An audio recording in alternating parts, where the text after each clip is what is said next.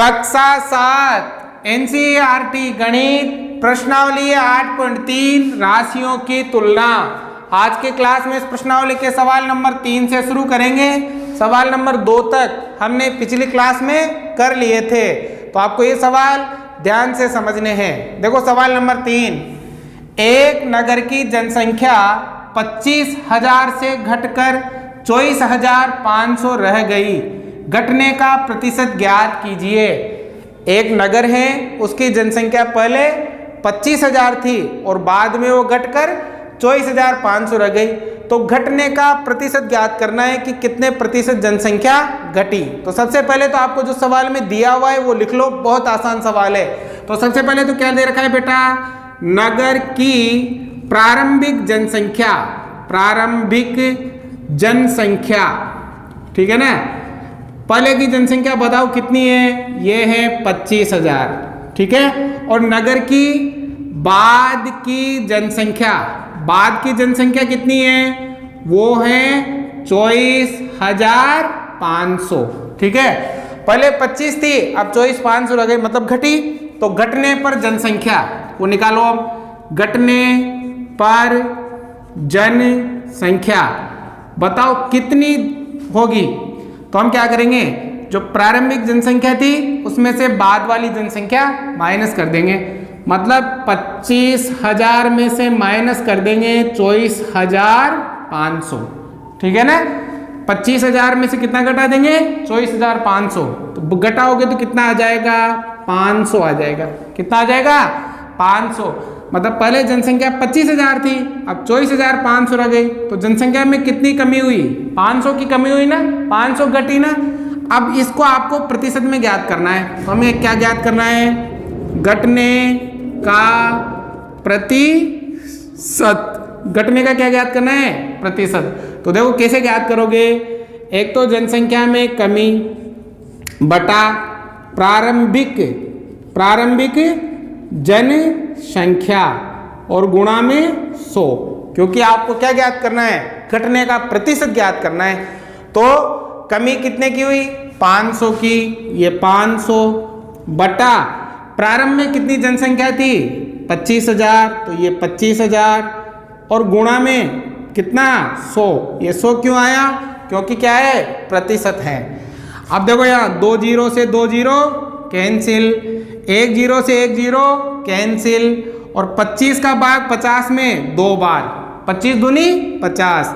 तो बताओ घटने का प्रतिशत कितना हुआ, 2%।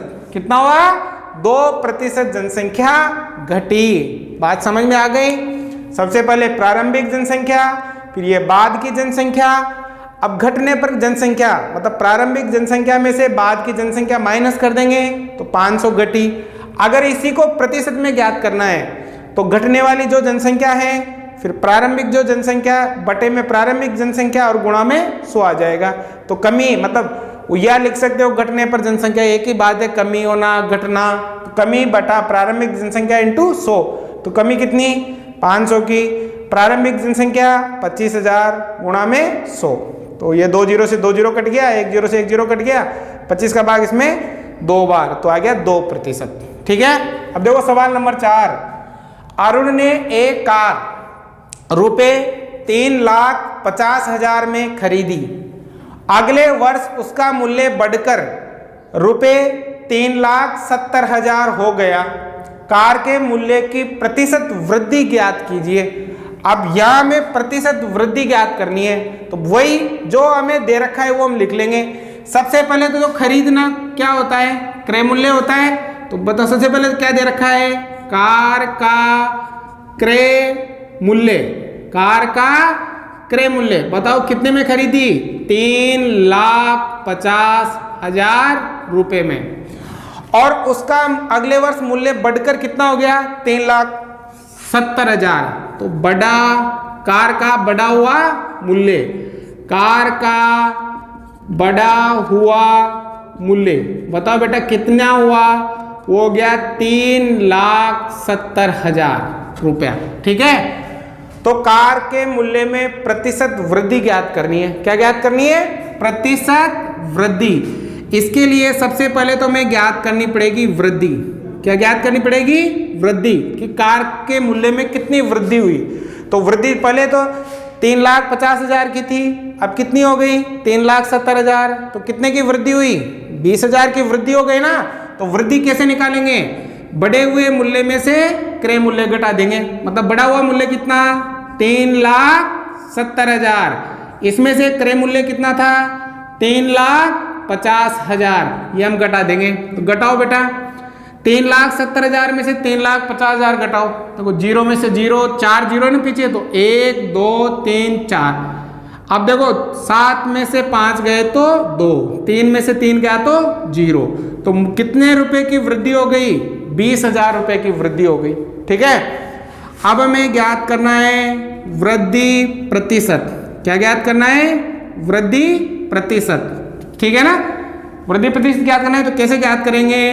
वृद्धि बटा क्या आएगा? प्रारंभिक मूल्य।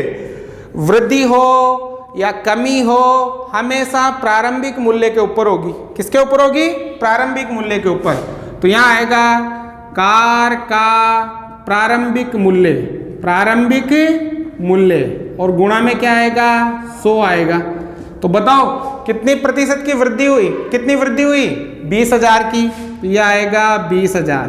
ठीक है। बटा कार का प्रारंभिक मूल्य, मतलब कार कितने की थी? 3,50,000 रुपए की थी, और गुणा में कितना आएगा? 100 आएगा। ठीक है। अब देखो 2 जीरो से 2 जीरो कट गई, फिर 2 जीरो से 2 जीरो कट गई। ऊपर तो क्या बचा? ऊपर तो है 200, और नीचे कितना है? 35। अब भाग लगाओ। देखो 5 का भाग जा रहा है, 7 पंजो 35 और 4 पंजो 20, 40/7%। ठीक है। अगर पूरा भाग देना चाहते हो तो पूरा भाग दे लो, मिश्र भिन्न में बदलना चाहते हो तो मिश्र भिन्न में बदल लो। 40 में 7 का भाग, 7 पंजो 35, कितना बचा? 5। ठीक है। तो ये आएगा आपके कितना? 5 सही 5/7%। ठीक है ना। ये आ जाएगा। अगर आप पूरा भाग देना चाहते हो तो पूरा भाग दे लो, वही आंसर छोड़ना चाहते हो तो वही आंसर आ जाएगा। ठीक है ना। तो भाई 5 शेष भाग कितनी बार गया? 5 बार। शेष कितना बचा? 5। भाग किसका दिया था? 7 का। तो ये हो गया। ठीक है। तो इतनी हो गई वृद्धि। उतारो। सवाल नंबर 5, मैंने एक टीवी रुपए 10,000 में खरीद कर 20% लाभ पर बेच दिया। मुझे बेचने पर कितना धन प्राप्त हुआ? हमें ये ज्ञात करना है। मतलब हमें क्या दे रखा है? क्रय मूल्य दे रखा है। खरीदने को क्या कहते हैं? क्रय मूल्य। 20% का लाभ हुआ, तो मुझे बेचने पर कितना धन? तो विक्रय मूल्य ज्ञात करना है। तो देखो कैसे ज्ञात करेंगे। सबसे पहले तो हम लिखेंगे बेटा टीवी का क्रय मूल्य। क्रय मूल्य खरीदने को क्या कहते हैं? क्रय मूल्य कहते हैं। तो कितने में खरीदी थी टीवी?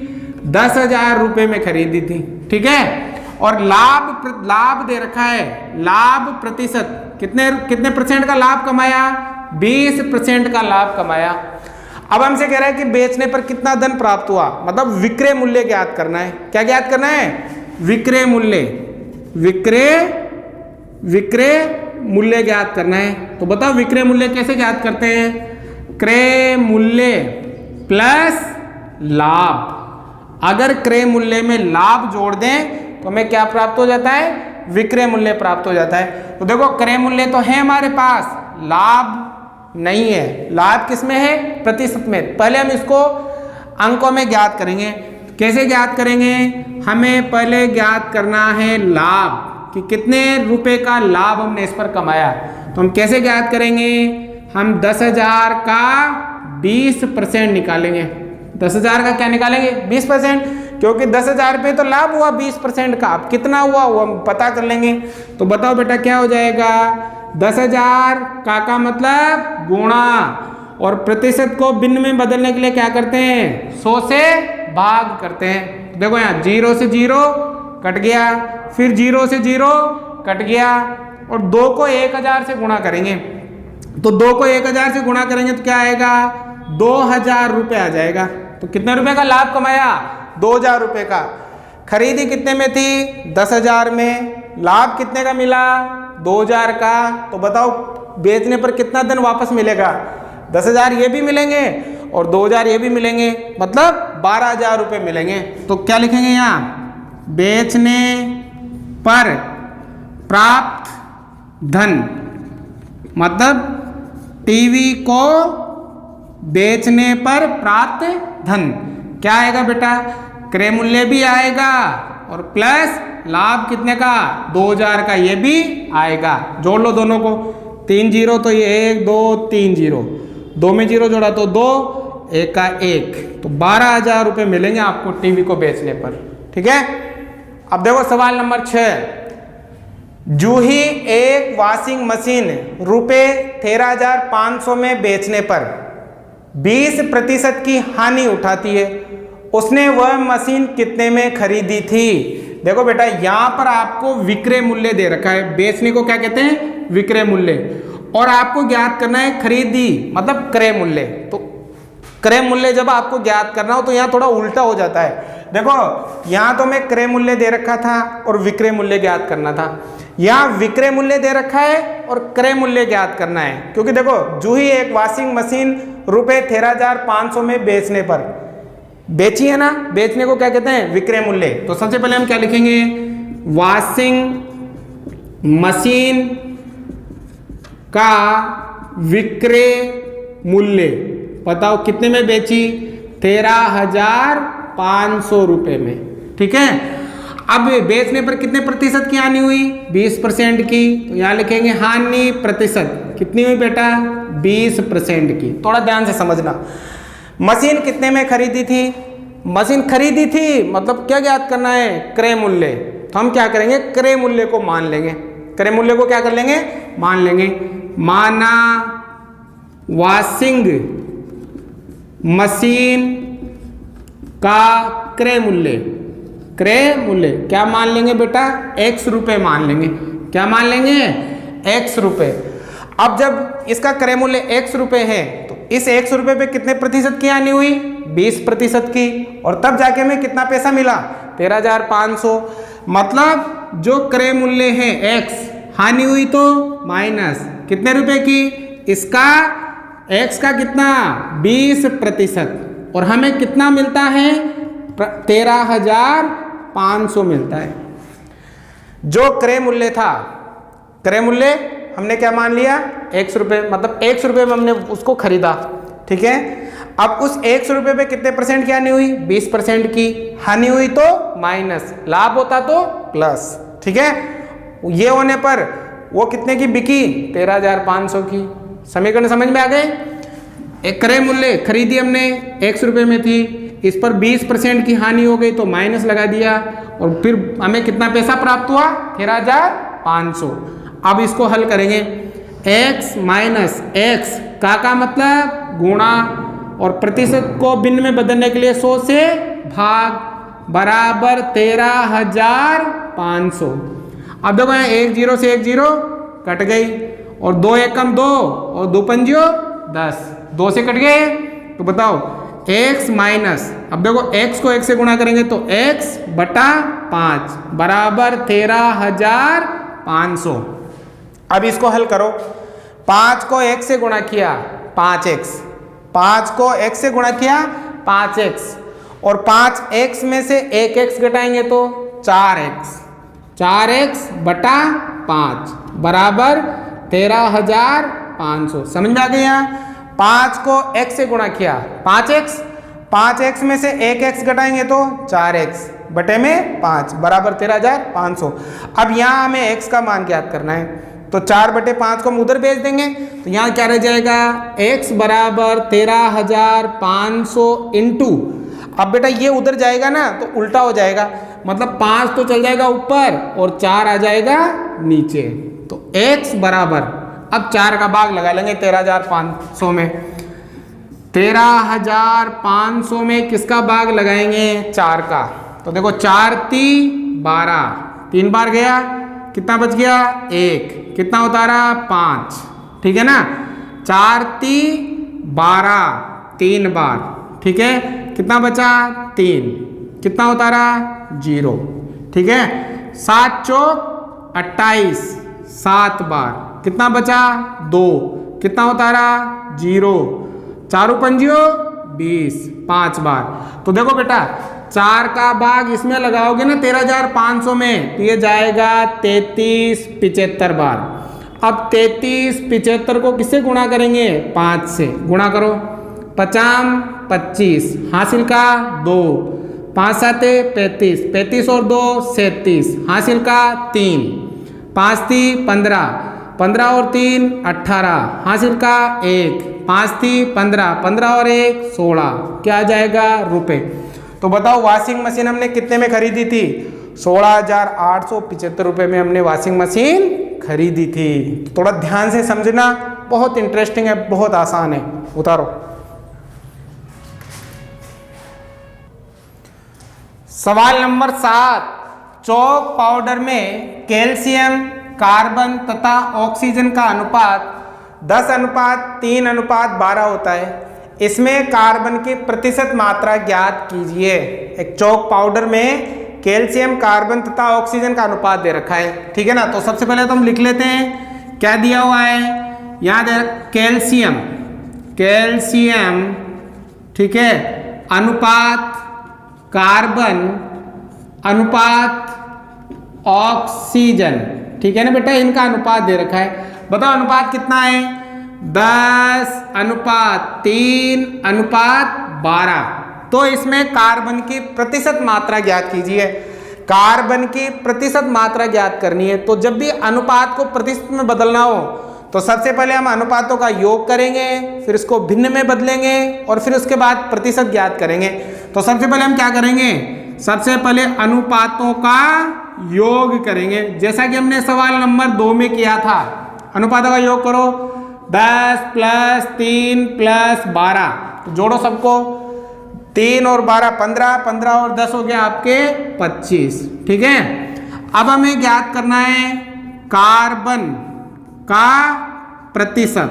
पहले कार्बन, अब देखो कार्बन की मात्रा कितनी 3 बटा कुल अनुपात कितना 25, ठीक है। ये हमने भिन्न में बदल लिया।